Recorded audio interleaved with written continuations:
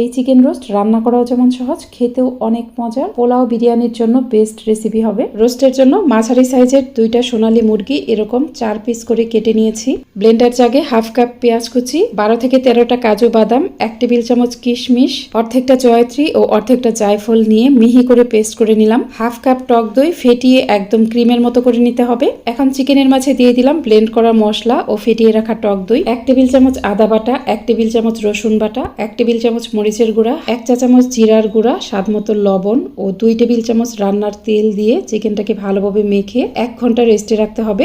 1.5 cup normal তাপমাত্রায় থাকা liquid দুধের সাথে 2 টেবিল চামচ গুঁড়া দুধ ভালোভাবে মিশিয়ে নিব। পৌনে 1 কাপ পরিমাণ রান্নার তেল দিয়ে এখানে 1 কাপ পরিমাণ পেঁয়াজ কুচি বেরেস্তা করে উঠিয়ে নিতে হবে।